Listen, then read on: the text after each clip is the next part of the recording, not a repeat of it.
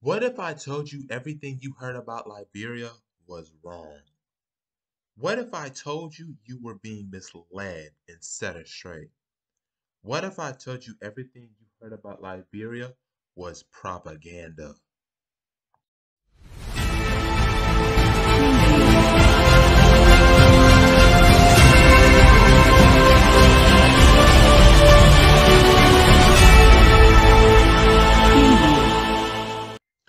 Peace be our family. I'm your host, Jabari Lamb, and this is another edition of the BAIO News.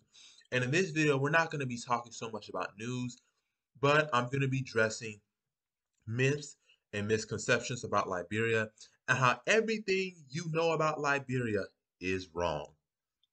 Before I begin, make sure to like, share, and subscribe. Make sure you comment down below. Tell us what you think. And of course, make sure to sign up to the website at blafrikstan.org/register. Remember, the more people we have, the more people we can take part in the nationhood process. So, as many of our viewers and members know, the BIO is heavily invested in Liberia and strengthening the connection between African Americans and Liberia. We see Liberia as the African American nation state because Liberia was founded by African Americans with the help of repatriate Africans and the indigenous people. However, Liberia in modern times has been seen in a negative light, and it's due to a white supremacist framework and propaganda that has been spread talking about its history and how Liberia ended up in the situation that unfolded. So in this video, I'm going to be really addressing those myths, misconceptions, and the white supremacist propaganda and framework to which Liberia is seen through. And I'm also going to be responding to an article, and then I'm going to be talking about what people get wrong about Liberia, breaking down terminology, my opinion and my contentions, and then my conclusion. So I want to make sure this is an orderly video and we're not just wandering, we're not just bin babbling, or just speaking a bunch of bantering. We're going to be making sure that this is going to be a very organized video. Now, I did do a video on my channel talking about debunking myths of African Americans in Liberian history. Holland shared it on his channel as well. You can see it on his channel as well. But I'm going to do one specifically for the BAIO. And this video is going to be longer. So the one that I did was about 10 to 12 minutes. This one is going to be 30 to 40 minutes. I'm going to go in depth about it so that people know my point. I'm bringing all the evidence and I can make a strong case. So like I said, I'm doing this in a very orderly fashion and it's going to be a long time. So get your Coca-Cola, get your Gatorade, get your Red Bull, get your water, make sure you get your ice cream, get your lasagna, get your spaghetti, get what you need because we're going to be diving in and it's going to be for the long haul. So like I said, in this video, I'm going to order it out. It's going to be talking about the Medium article, what people get wrong about Liberia, breaking down terminology, my opinions and my contentions, and then my conclusion. So the first, like I said, we're going to be responding to the article. And I want to give a heads up that I have great respect for this man. He does great work talking about Pan-Africanism, connecting African Americans in Africa, addressing issues that occur within Africa and the African American community. So he's a good man. I appreciate the work that he does. I'm just going to be responding to the article because I feel there is a lot that is left out and I really want to challenge the premises that he brings. So the title of the article is Why Does Liberia Hold Such a Negative Place in Pan-African History? And the first thing that you'll see is he talks about a video.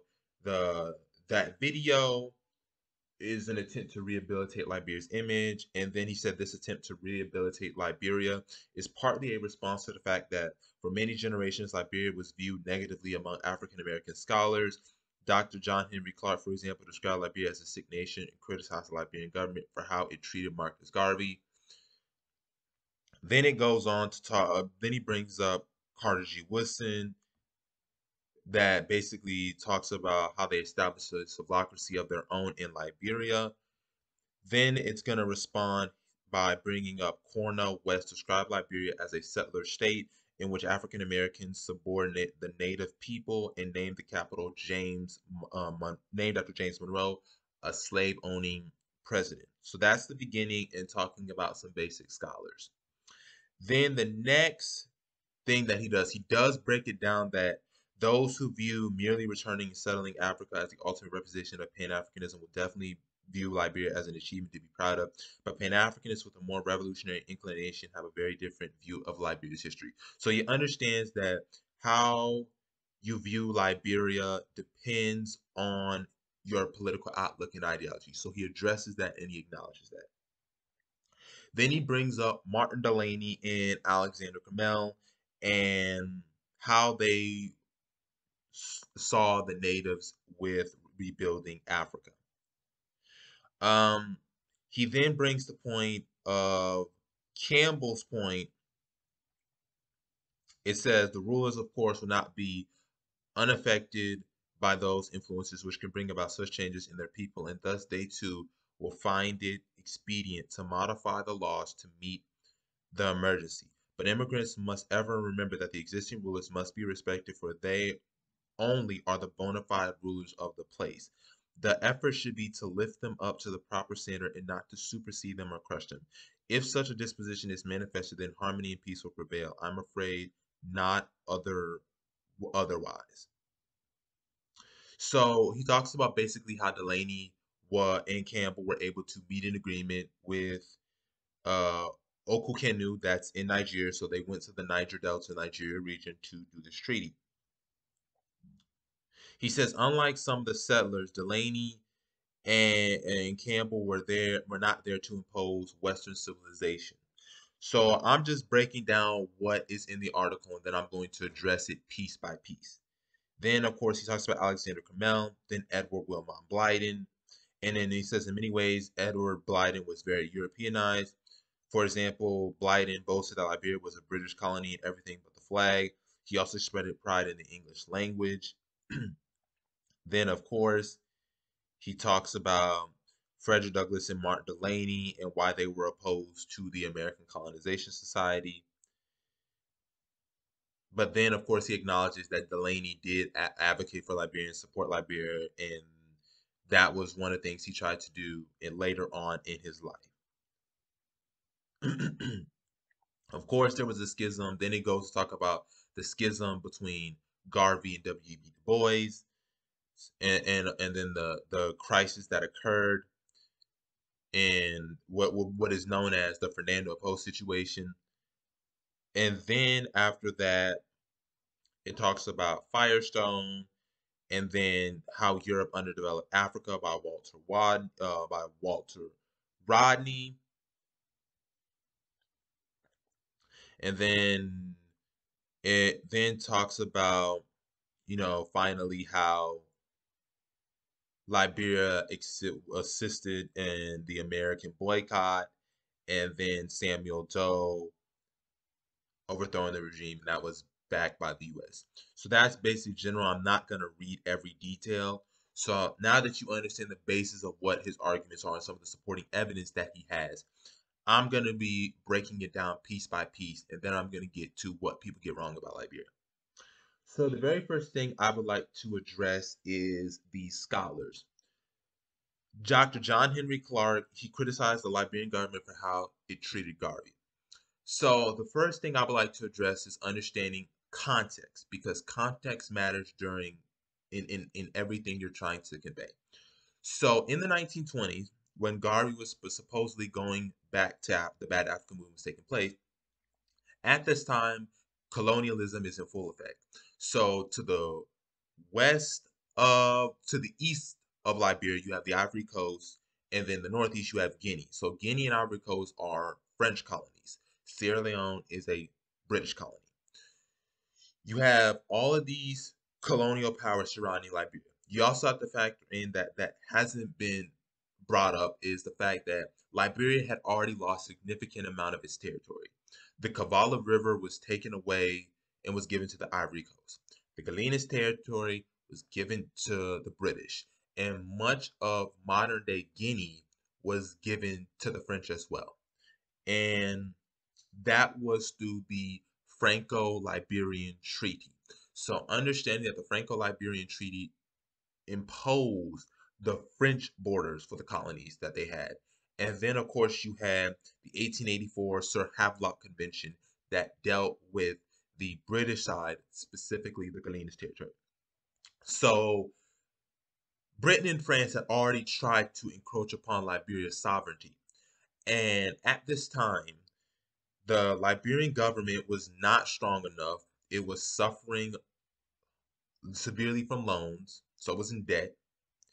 You have the situation where they're threatening to invade Liberia if Liberia accepts Garvey.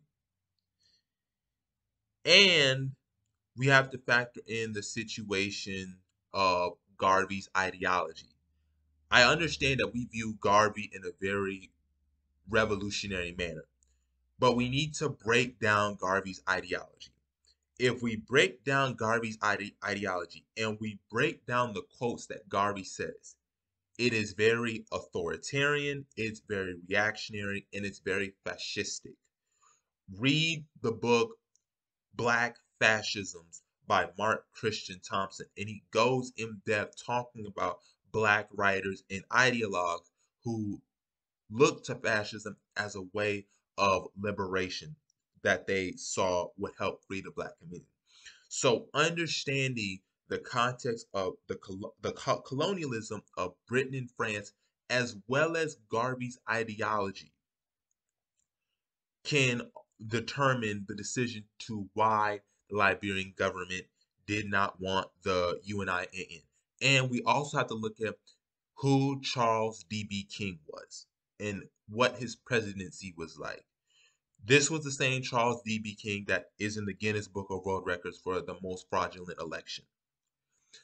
Charles D.B. King was the same man who oversaw the Fernando Post situation. And I'm going to go in depth about that situation later. He was the same man that during elections used the Liberian Frontier Force at polls during the election. So Charles D.B. King, during his term, was not a very good man.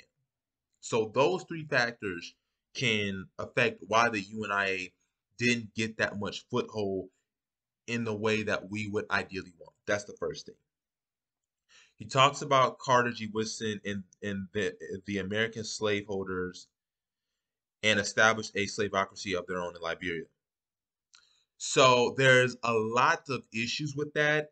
That argument was oftentimes used by anti-colonizationists, and they really use that argument to advocate for a more assimilationist point of view. I don't really like the, oh, they brought them the American slaveholders idea and established a slaveocracy of their own, because that was very similar to what abolitionists used to justify why they should stay here in America. So that would be my only contention with the Carter G. Woodson case. And he talks about Cornel West described Liberia as a settler state. I'm going to break down terminology because people use words willy-nilly and give connotations rather than denotations. So I'm going to address his point of it being a settler state, which it was not. To get to Martin Delaney and Cramel's point of not imposing Western civilization on them, I don't know where that ideology comes from. And I think people are not aware or cognizant of the fact that these African leaders had been selling slaves, and they had been selling slaves to Europeans. I'm pretty sure they had contact with European civilization and had many of the European concepts with them. These African leaders were not stupid. They were not isolationists. So I don't like the imposed Western civilization because I'm gonna go later on in my contentions of what people get wrong about Liberia, and that's one of the points. So That to me doesn't that doesn't pass, and it doesn't make sense when I go in depth with what people get wrong about Liberia. Then of course it talks about, you know, how the Liberian government treated the native, accused Barclay and Garvey of treating the natives like dogs with greater humanity than some of the most selfish whites. Once again, understand Garvey's framework. I got great respect for Garvey, but I'm not really gonna just go on a straight just disrespecting Garvey because there's a lot of quotes that he said that are deeply problematic. But like I said, I'm not going to go into that. Of course, then it says that Liberia was similar to an American colony and that Firestone went in. That was the same land that was supposed to be given to Garvey. And then eventually, you know, it's given to Firestone. They make tons of money. A lot of the rubber that was used in World War I and World War II. That I'm not going to disagree on. That was a process that wanted to happen called the open door policy that will accelerate under William B. S. Tubman. And of course, support the American boycott. That was by William Tolbert. And then, of course, Samuel Doe overthrows and he takes power and he becomes a staunch ally of the Reagan, the Reagan government. So the Reagan government and the boycott, I agree. I don't know why Liberia supported the boycott of the Soviet Union and Reagan. Liberia, when Samuel Doe took place, was definitely orchestrated by Western powers, and it was a supporter of the Reagan regime. So I'm not going to disagree on those two notes. But the scholars part and the Western civilization part and the Fernando Poe situation is where I'm going to have to part ways and disagree. Like I said, I got great respect for him, but those are the parts where I'm going to disagree. And now I'm going to get to my points about what people get wrong about Liberia.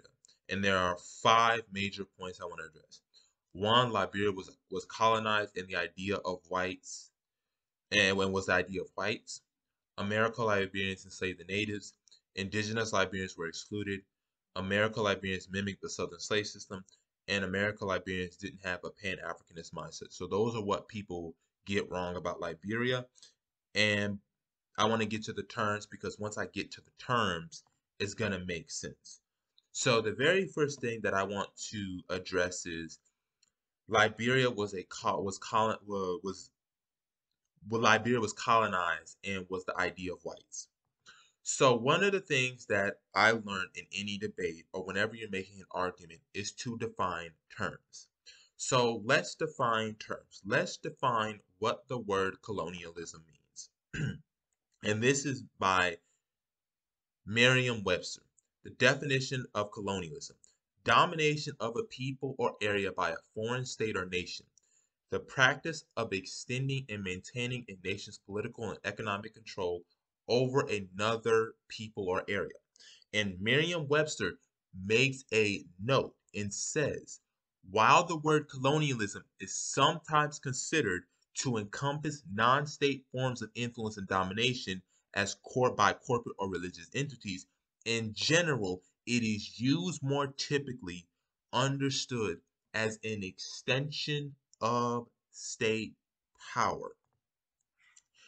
This is important. The definition, using that definition of colonialism, Liberia could not have been colonized because it was not backed by a state entity and was not used as an extension of state power. You could argue that it was in America's sphere of influence, but it wasn't a colony because it was not an extension of state power. And there are two examples that support this evidence. The first point is when Great Britain made the claim to America that Liberia either needed to go independent or America needs to claim it, America refused to claim Liberia and told Liberia, or basically said to Liberia, you need to be independent. Of course, many of the African Americans and repatriates already there wanted independence as expressed by Hillary T. and the Constitutional Convention in 1847. But in general, when it pertains to international relations, Great Britain made it specifically clear to the United States that it either needs to let it be independent or it needs to claim it. America did not claim it. The second contention would be during the Berlin Conference.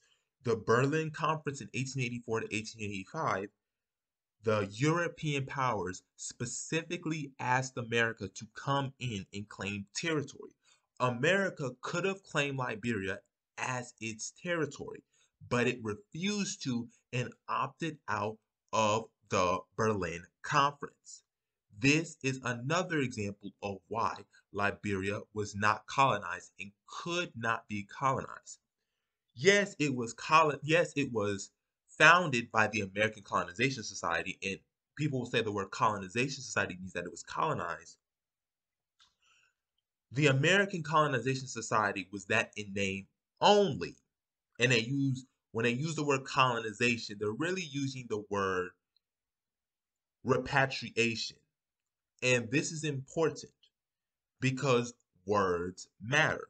Defining terms matter. Let's look at the definition of repatriation by Merriam-Webster.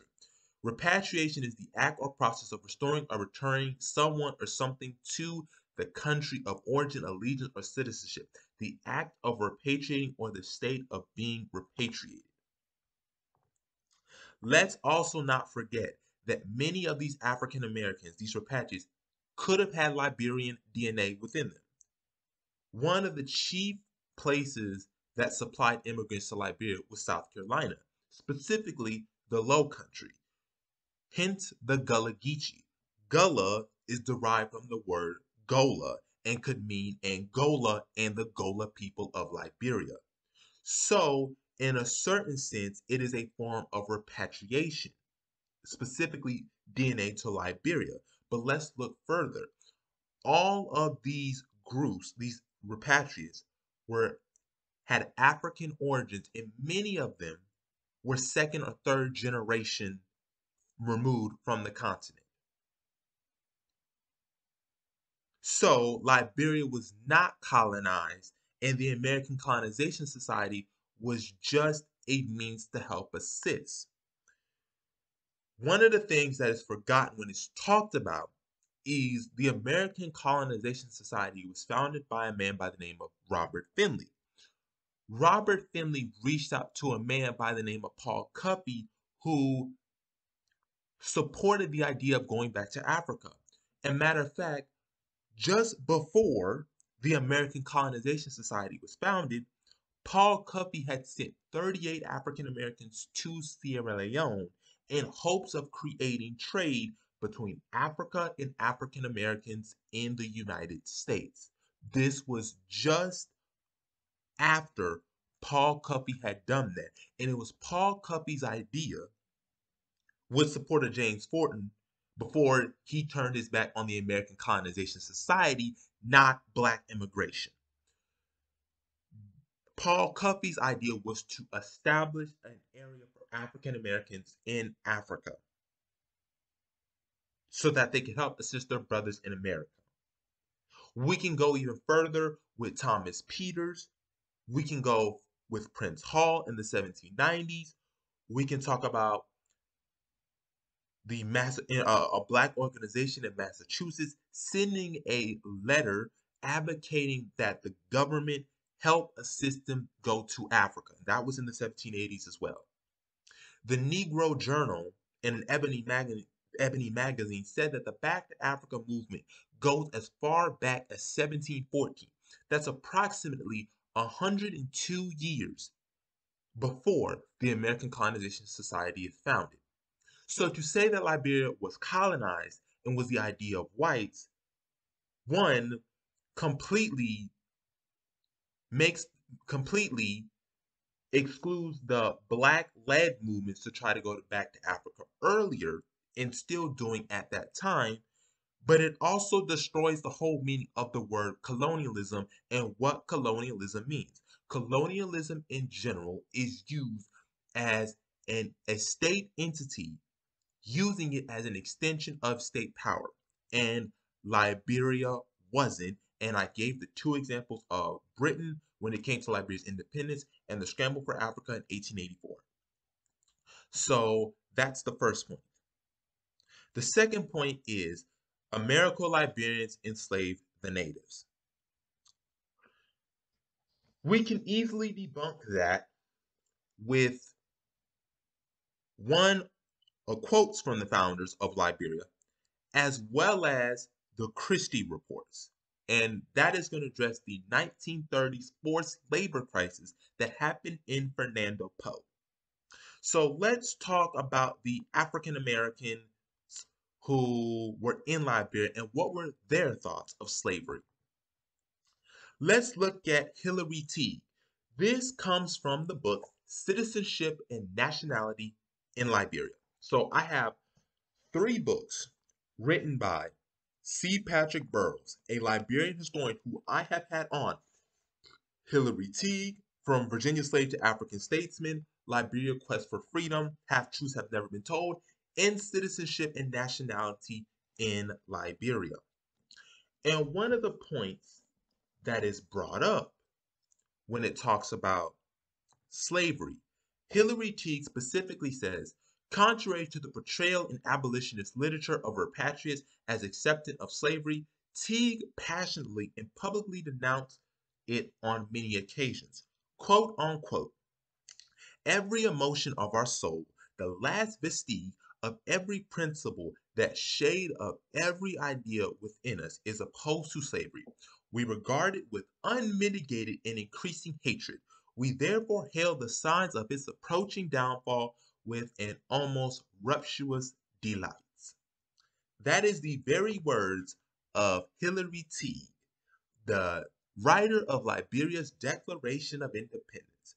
And in the Liberian Declaration of Independence in 1847, they specifically talk about slavery and the abolition of slavery and the abolishment of the slave trade is what brought them to the coast of Africa. But let's not just look at Hilary Teague.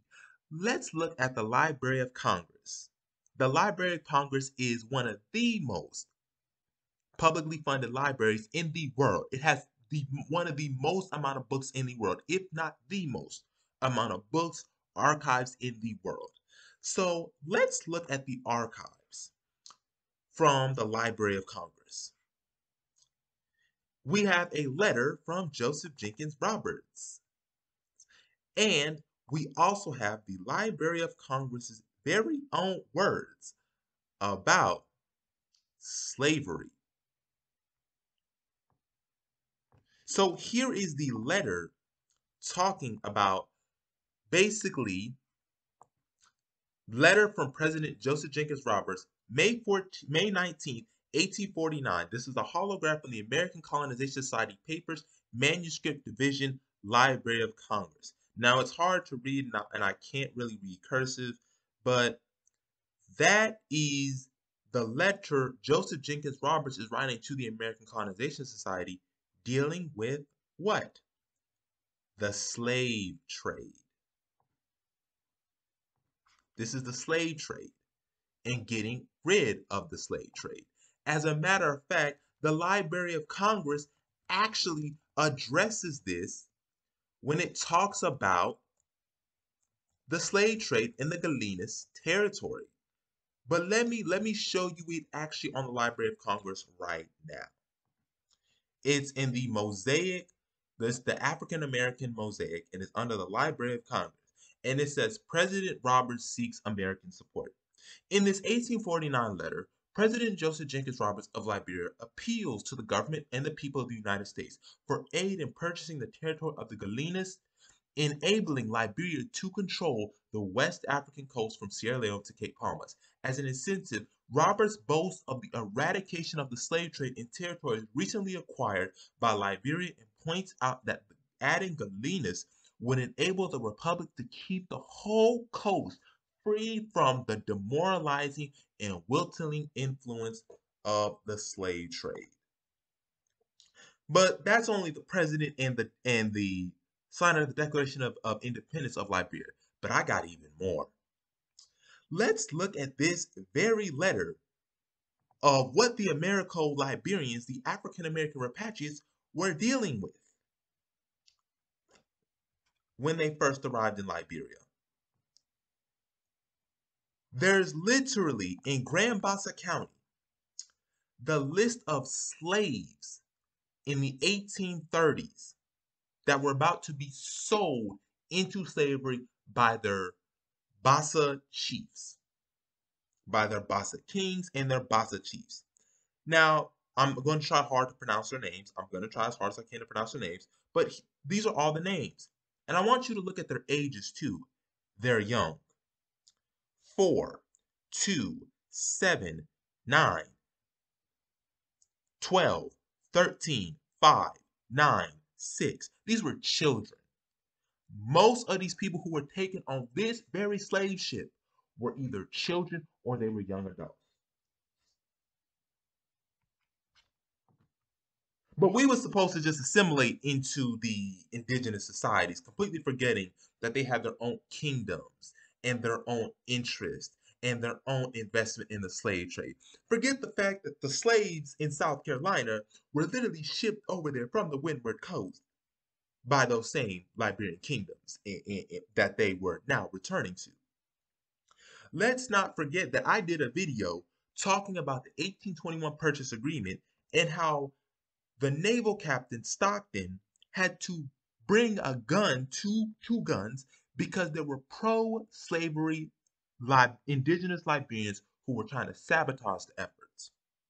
Let's not also forget in that same document, they were trying to weigh pro-slavery and anti-slavery arguments. There should have never been a pro-slavery argument to begin with. So the fact that they were weighing pro-slavery arguments means that many indigenous Liberians were complicit in the slave trade and support the slave trade. There's a man by the name of Theophilus Canute. Look up the name Theophilus Canute. Theophilus Canute was one of the most prominent European slave traders that accelerated the slave trade in the Windward Coast, led to many wars that happened, and he got rich off of it in Liberia. And he had to be dealt with by the repatriates, the same African Americans who came there, talking about they supported slavery. Like I said, those arguments used about Liberia were justifications as to why Black Americans should stay there. I'm going to use it right here. It's the same reason why Garvey, in a similar analogy, be Garvey. American leaders such as the NAACP would use the fact that Garvey's Jamaican to justify why African Americans shouldn't support Garvey and go back to Africa. That right there is no different to what these abolitionists are doing right here. Making up lies to support their claim. Let me give y'all the icing on the cake. Let me add y'all on the icing on the cake. Let me give y'all the icing on the cake. People will use the Ella Garcia, the fact that there was slavery going on. Let's talk about that because I got receipts. Okay, I'm not talking no fake. I got receipts. Okay, y'all just quoting what y'all read on Google. I got receipts, primary sources, both secondary and primary to debunk that garbage. So what they're talking about is the 1930 Fernando Po situation. Now, mind you, it wasn't Americo-Liberians. Remember, Charles D.B. King was born in Freetown, Sierra Leone. The man was a Creole man, number one. Number two, the Fernando Po situation involved the Spanish, in which the Spanish would give false promises to these laborers, saying these laborers were going to be in the Fernando Po area for a certain amount of time, no less than a year, and no more than about 2 or 3, maybe a max 5, and they would go home. But increasingly, it would become more slave-like. So they were given false promises by their both Americo-Liberian, Congo, and indigenous leaders. Many of these people who were sending their people there were part of Kru clans, Bassa clans, Bai clans, Day clans. They just weren't quote unquote Americo-Liberians and Congos. So that point needs to be addressed as well. But let's finally put that in the nail in the coffin. That slavery, that slave forced labor situation. Yes, there was forced labor. We're not going to deny that. But here is the point that needs to be addressed. Here's what it's called. It's called the Christie Reports. I got it right here. It's the Christie Reports. It's called Report of the International Commission of Inquiry into the Existence of Slavery and Forced Labor in the Republic of Liberia, Monrovia, Liberia, September 8, 1930. I want you to look at the members. Dr. Cuthbert Christie, League of Nations Chairman. Dr. Charles Spurgeon Johnson, United States. He was an African American. And the Honorable Arthur Barclay of Liberia, that was the president, a former president of Liberia. So why is it that a former president of Liberia is speaking on and investigating slavery if the Americo-Liberians, Afro-Caribbeans, and Congos were comfortable with it? Why would they have done that? Because it was an African American and a former Liberian president in Arthur Barclay that writ the Christie Reports and found, and Cuthbert Christie was a Britishman. Here's what they found. So let's talk about it. Here's what they found. Here's what they found. The Christie Report conclusion. In 1930, the Christie Report was published, named after the committee's chairman. The committee concluded slavery as defined by the Anti-Slavery Convention, in fact, does not exist in this report. Shipment to Fernando Po in Gabon is associated with slavery because the method of recruiting carries compulsion with it, and persons holding official positions have illegally misused their office in recruiting with the aid of the Liberian force. So not only were the Americo-Liberians and Congos opposed to slavery when they first declared their independence, written in their Declaration of Independence, made it illegal in the country, but the same situation that people talk about with Ella Garcia found out that there was no slavery in the country. And this was in 1930 with an inquiry commission written by a man in England, an African American by Charles Johnson, and you have a former Liberian president that's doing the commission. I would also like to add, let's not forget, it was another Liberian president by the name of James Briggs Payne who was able to meet negotiations and treaties with Liberian chiefs to encourage them and kings. I'm going to use kings, not chiefs. I'm trying hard not to use chiefs because that's a derogatory word, but kings to get rid of the slave trade. James Briggs Payne, the fourth president of Liberia. So that's the fourth point. That's the second point. 3. Indigenous Liberians were excluded. I don't know where this argument comes from, but we can easily debunk this. The first vice president that was of indigenous descent was Henry II Wesley in the 1920s under who president? Charles B.B. King. And he wasn't a token. He was an educated lawyer and politician. That's number one. Number two, Mamadou Massaquoi was an indigenous Liberian who was a Bai king that was the son of the king of Liai and the king of Liai and the queen of Njabaka, who served as the consul of Germany. That's number two. You had Diderot Tway, who was a Crew senator. This was in the 1920s, 1930s. You had Grebo House of Representatives, who served as representatives under Alfred Francis Russell in the 1880s. But that's just a few of the leadership positions. Let's talk about education, because they said they were excluded from education. In 1873, Lincoln University became the first university to accept Africans. And what country were they accepted in? Liberia. And they were indigenous Liberians that were brought in. And we have evidence of this. Look at the 1880-1881 catalog of Lincoln University. I have the names highlighted in yellow to indicate that they were from Liberia. Now, this was 7 years after they were admitted in 1873 when they started admitting, and Lincoln started allowing African students to come in.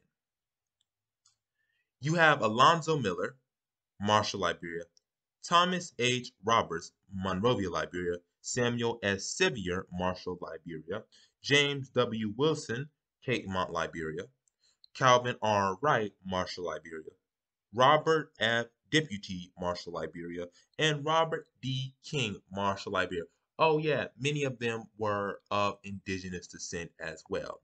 And as a matter of fact, we have evidence of this in citizenship and nationality in Liberia. Let's talk about that because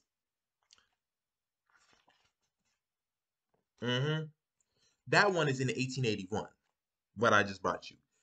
In citizenship and nationality in Liberia, we have figure 6. Photograph photo of Lincoln University students from Liberia in 1886. Thomas Sherman, Thomas A. James, Luke B. Anthony, James P. Hernan, and George P.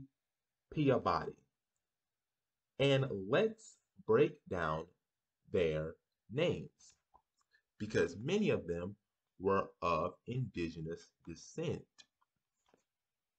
As a matter of fact, the first African graduate to graduate from Harvard was an indigenous Liberian by the name of Playonyo Baywolo. So the fact that indigenous Liberians were excluded makes absolutely no sense. They were in the government, they were able to get education, they were able to go overseas. Number 4, Americo-Liberians mimicked the Southern slave system. Like we just said earlier, they were opposed to slavery. They were in favor of allowing indigenous Liberians to get education. As a matter of fact, that was one of many of the objectives of many Liberian presidents. Joseph Jenkins Roberts, Daniel Basher Warner, James Briggs Payne, Hillary R. W. Johnson, Alfred Francis Russell, E.J. Roy. So I'm confused where this idea they mimic the Southern slave system. They'll say, well, you have the capital named Monrovia. The dude who helped give you money, James Monroe, gave $100,000 for them to purchase the land. Clay Ashland is named after the fact that Kentucky in Africa was established because of his help and assistance. Buchanan is named after Thomas Buchanan, who was the governor of Liberia and as well as was significant in thwarting the slave trade. Jehudi Ashman was also another agent of the ACS that was opposed to slavery, and there's literally a book talking about his life. So mimic the Southern slave system, I'm confused. That doesn't make sense. It's fallacious, it's ahistorical, and no facts back up that they mimic the slave culture or the Southern slave system. And lastly, Americo-Liberians didn't have an Africanized mindset. This is despite the fact that Hillary Teague specifically educated many indigenous Africans. John Brown Western, the governor of Maryland in Africa, also known as the Republic of Maryland, was one of the first to connect ancient Egypt with Africa, and ancient Egypt helped create civilization in Europe that was also founded by John Brown Western. So the Pan-Africanist mindset they didn't have, I don't understand where that didn't go because many of these Liberians who went there had the idea of rebuilding and revitalizing Africa for all Africans. I'm confused where this idea that they didn't have a Pan-African or Africanized mindset. They don't even define the word African or what Africanization means. So I'm not going to get in deeply into that, but that's what people get wrong about Liberia. Now, let me get to my thesis in contention. Now, I know I've been talking for 40 minutes, and I said it's going to be 30 to 40 minutes, but we're going to go a little bit long. We're going to go 20 minutes long because I really need to really hammer this in and put everything to rest once and for all.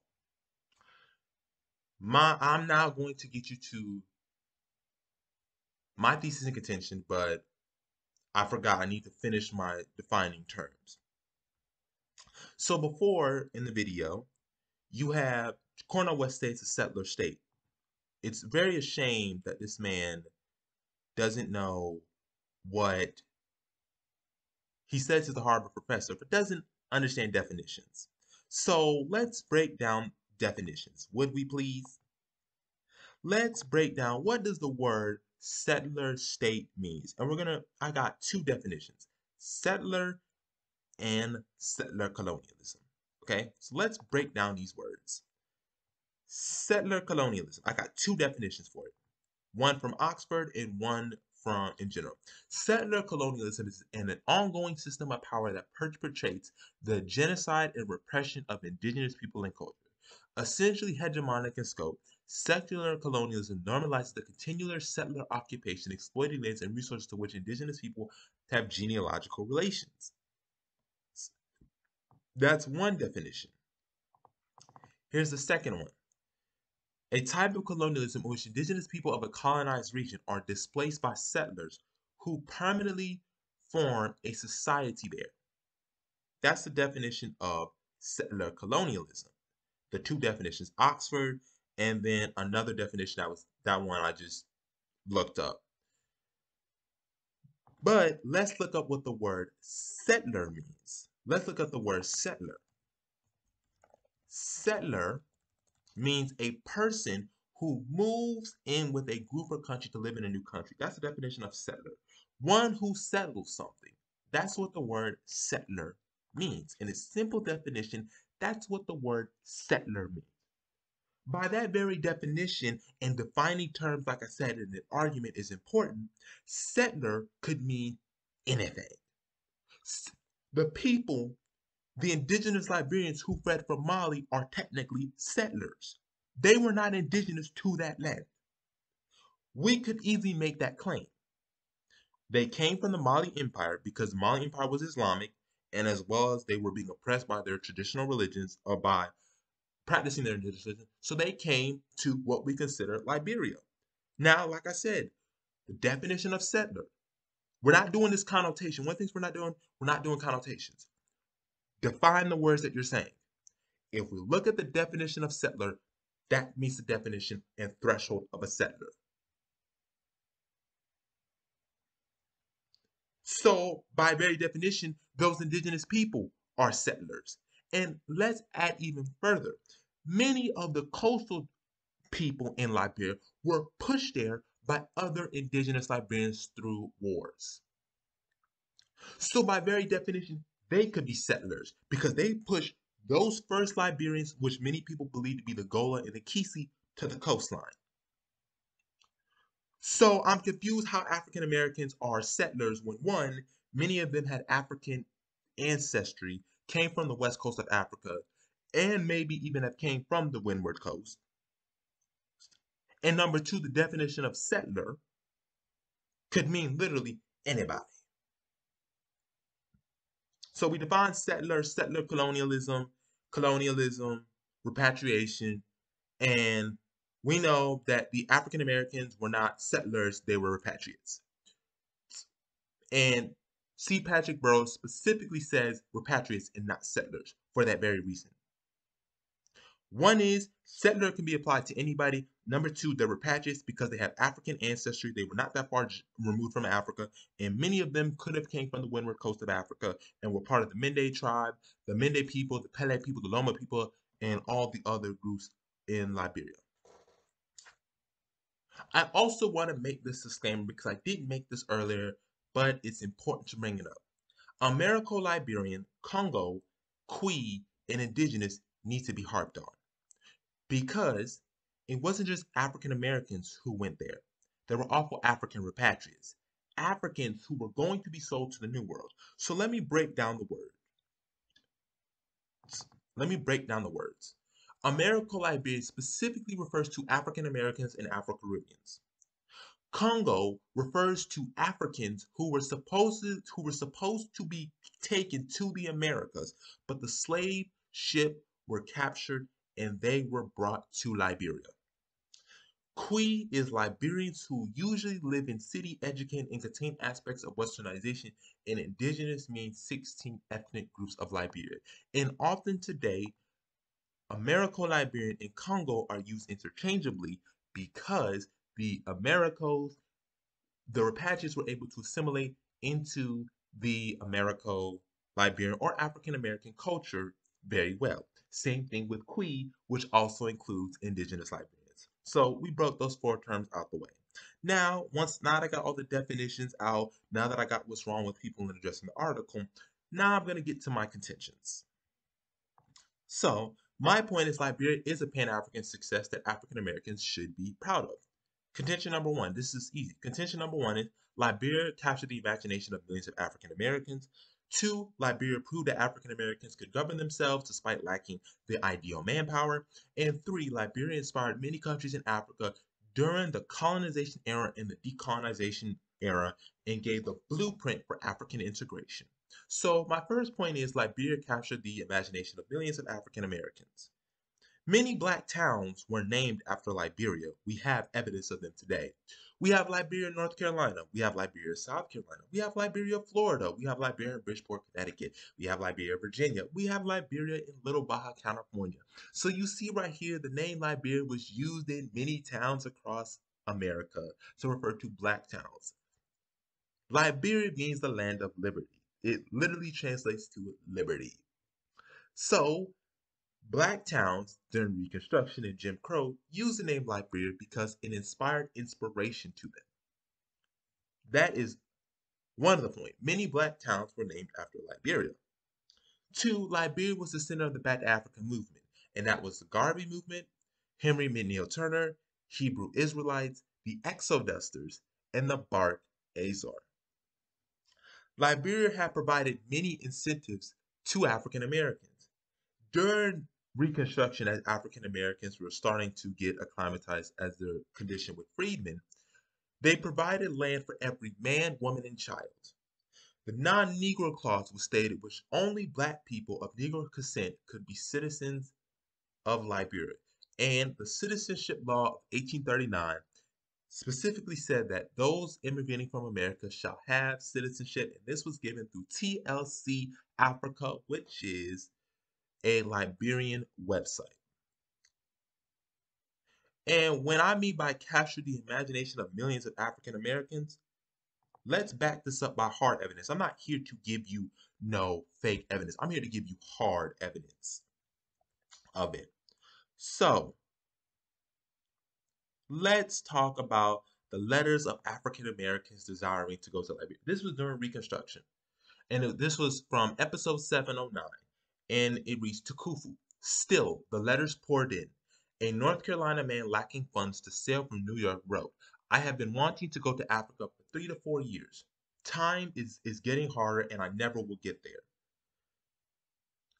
A woman lamented, I cannot make my living for myself and 3 children. Let me know who to apply for transportation. I'm very anxious to leave this part of the world. And a South Carolina man simply stated, I am willing to desert my home to enjoy liberty. And then, of course, how would I find out if Harvey McLeod submitted an application to the American Colonization Society? That was during Reconstruction. I got more information. That's only a few of them. Let's talk about the story of Annie Williams. Exodusters headed for the Midwestern Promised Land. Liberia fever spreaded as far north as Massachusetts and as far west as Colorado, producing women and men convinced that they could best work out their destiny by returning to Africa's west coast. 19-year-old Annie was among the afflicted living above the Mason-Dixon line. In March 1878, the young cook from Baltimore, Maryland, sent a letter to the American Colonization Society Secretary William Copinger, indicating that she would rather anxious to be one in the number that you will select to go to Africa, whether by word or mouth or by whether word of mouth or for reading broadside. Williams discovered the American Colonization Society sent only those prospective immigrants to Liberia that it deemed worthy. Williams quickly composed another missive in which she took pains to convey that she was a hard-working, upright, church-going Methodists who could help teach school once in Liberia. Still securing a place on an ACS required more than intense desire, moral rectitude, and an admirable work ethic, and he also needed money. Those are just a few letters written from the American Colonization Society to the American Colonization Society of African Americans wanting to go to Liberia. Let's go even further. The Bark Azor. I got the Bark Azor right here. I'm going to give you the Bark Azor. It's long, but I'm going to give you guys the Bark Azor so y'all understand just how desperate African Americans were trying to go to Liberia. For those who think Liberia was not something that African Americans should be proud of. Here it is. The Bark Azor is also known as the Liberian Exodus. The Bark Azor is most famously known for her maiden voyage when she carried 260 African American immigrants to Monrovia, Liberia from Charleston, South Carolina for resettlement. The Azor's home port was in Boston, and she was originally owned by Dabney and Cunningham, a prominent shipping company started about 1849. I want to get to this point, this right here. It says, with this steamship, the joint stock company would establish a port in Monrovia where groups of immigrants would be taken once a month for the next 47 years. During that time, over 160,000 immigrants would leave the United States to go to Liberia. However, the Liberian Exodus Association soon went out of business and this dream was never realized. So that is the Bark Azor. So we see that you have 160,000 African Americans that wanted to go from the Bark Azor. You have Annie Williams, a 19-year-old that wants to go to Liberia really bad. You have letters being written to the American Colonization Society. You have cities being named after Liberia. You have Liberians giving out incentives. And most importantly, you have another one, the Exodusters, where they wanted to send over 98,000 African Americans led by Henry Adams. You even have Benjamin Pap Singleton, who's advocating for Liberia. He was one of the greatest African Americans according to the book 100 Greatest African Americans. So was Henry McNeil Turner, who also advocated for it as well. So we can see right here, African Americans were deeply inspired by Liberia. Let's also not forget Maya Angelou stayed in Liberia until a situation happened in Ghana to which she had to flee to Ghana. Let's not forget the Hebrew Israelites went to Liberia before they went to Israel. Let's not forget that Nina Simone lived in Liberia. And as a matter of fact, Miriam Makeba was there, which goes into the second contention that Liberia served would prove African Americans could govern themselves. And it also goes to my third contention that Liberia inspired many countries in Africa during both the colonization era and the decolonization era. So let's get to the governing part first. It was courage to declare independence from the American Colonization Society. They declared a constitutional convention. First black lieutenant governor Joseph Jenkins Roberts was in 1841, and he would serve until 1847 when Liberia officially declared independence, 1840-1841, and then the Declaration of Independence was written by Hilary Teague. They solved their own affairs. The 1871 E.J. Roy coup that led almost to a civil war was averted. There was a truce between light-skinned and dark-skinned Liberians with Hillary R.W. Johnson. You had recognized by foreign powers. Joseph Jenkins Roberts going to many different countries, France, England. It gets recognized by Haiti. It gets recognized eventually by the United States. It gets recognized by Hamburg. It gets recognized by Denmark. It gets recognized by Sweden. It gets recognized by Norway. And then it had first came up with 2-year terms. Liberian president served 2 years before it was expanded, and then now it serves 6 years. But originally, it served for 2 years every time for the presidency and other government positions. Okay. My last contention, I said Liberia inspired many countries in Africa during both the colonization era and decolonization era. Liberia provided safe haven for numerous African leaders, hence Miriam Makeba. Miriam Makeba and many leaders and black leaders who fled apartheid South Africa landed in Liberia. As a matter of fact, Kwame Nkrumah showed up at William B.S. Tubman's funeral. Liberia provided the blueprint for African immigration. The Monrovia Group led to the Organization of African Unity, which led to today's African Union. Remember, there was 2 groups of people, the Casablanca Group and the Monrovia Group, and the Monrovia Group ended up winning. More countries aligned with the Monrovia Group than the Casablanca Group, and then that led to the Organization of African Unity, which then led to the African Union today. Now it's founded in hearts and part by Liberia. You have the Union of the Mara River that was first established by Liberia and Sierra Leone in the 1970s. And then it gets expanded to include Guinea and the Ivory Coast. And then you have ECOWAS, the Economic Community of West African States. Then you have Liberia provided education to Africans who couldn't afford to go to the West. That was Liberia College. That was Cunnington University. That was also providing through churches. They also provided healthcare, JFK Medical Hospital. And of course, the churches, one of the most prominent being Providence Baptist Church, which is the oldest church and current church in sub-Saharan Africa, by the way. Also, the Liberian Herald is one of the oldest newspapers, by the way. Liberia is one of the few countries that have daguerreotypes of their leader, and it was a black-owned daguerreotype by the name of Augustus Washington, who gave us the photos of Stephen Allen Benson, Alfred Francis Russell, and Joseph James Roberts, something that many African countries and societies did not have. So I'm about approaching an hour, but I really needed to address this because I'm putting everything out there so that it can be settled, it can be debunked.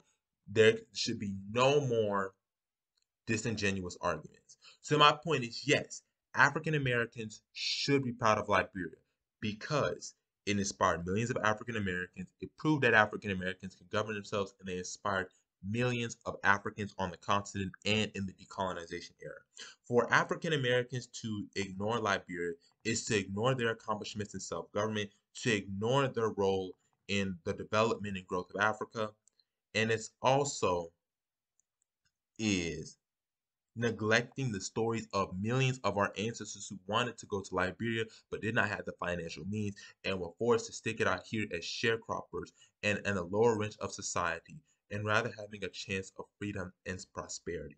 When we talk bad about Liberia, we scrape these Liberian leaders of individuality, and we go into the stereotype that one black individual represents the entire black race, and that is exemplified with the Americo-Liberians during the Fernando Po situation, in which Americo-Liberians are blamed for only a few leaders' responsibility: Charles D.B. King, Allen N. Yancey, and Samuel Ross. The entire group gets paid, which is no different than when one black person commits a crime or one black person does anything. The entire black race is blamed. When Pan-Africanists make the claim that repatriates Americo-Liberians brought the Western mindset, they are implicitly making two anti-black statements. One, repatriates are not real Africans. Two, they're portraying indigenous Africans as being primitive with limited contact with the outside world, despite indigenous Liberians were trading with Liberians for 3 centuries before the repatriates. And then the questions to the Pan-Africanists. If indigenous Liberians weren't exposed to the Western mindset, how were they able to sell slaves to Europeans? If the Western mindset wasn't there already, why would many kings have Western names? How would they have had Western names? How would they have Western names? There was a King Peter, there was a King George, there was a King Cole, there was a King John. These were their names before they got there. How did we bring the Western mindset if they already had those European names? These are questions I want the Pan-Africanists to answer to me and ask themselves.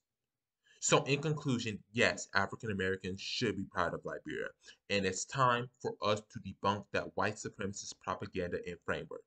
These African Americans who went to Liberia were not, as many Pan-Africanists would portray, which is inherently anti-black, as being slave-minded, lacking cognitive ability. These leaders were educated. Like I said, Augustus Washington was one of the few black bureaucrats. You had a president, the first president of an American college, go and die in Liberia. Henry Highland Garnett is buried in Liberia.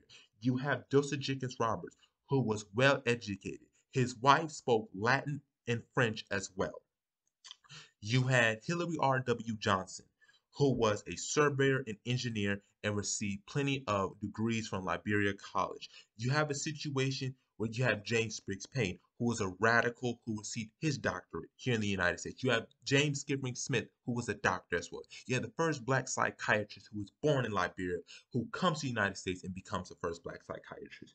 You have a situation where these Liberians were not ignorant, they were educated, they were ahead of their time, and they were motivated by equality, fraternity, equality of the French Revolution, and republicanism that had been inspired when they learned in Virginia in the United States. And to deny these people their just respect, you are in turn perpetuating anti-black stereotypes that these black people were less intelligent, didn't know better, and were slaves in their mind. And they were not. Give these people respect. Give Joseph Jenkins Roberts his respect. Give Stephen Allen Benson his respect. Give James Briggs Payne his respect. Give Henry Highland Garnett his respect. Give Augustus Washington his respect. Give Jane Warren Roberts his respect, or her respect. Give all of them their respect. And that, y'all, concludes my video. Make sure you like, share, and subscribe. Make sure you comment down below. Tell me what you think about this video. Share this video as wide as possible so that people can get the real facts. Like I said, you can go back and outline this video. I go through thorough, detailed evidence and give my conclusion so I do not leave any ambiguity. Yes, I'm proud of Liberia, and as we celebrate this bicentennial, we will be celebrating the accomplishments of what these ancestors did. These highly educated black men and black women who risked their lives for freedom, equality, equality, fraternity, inspired by Haitian, the French and Haitian revolutions and republicanism of the early 1800s. And with that, y'all, sign up to the website at boafrikstan.org/register.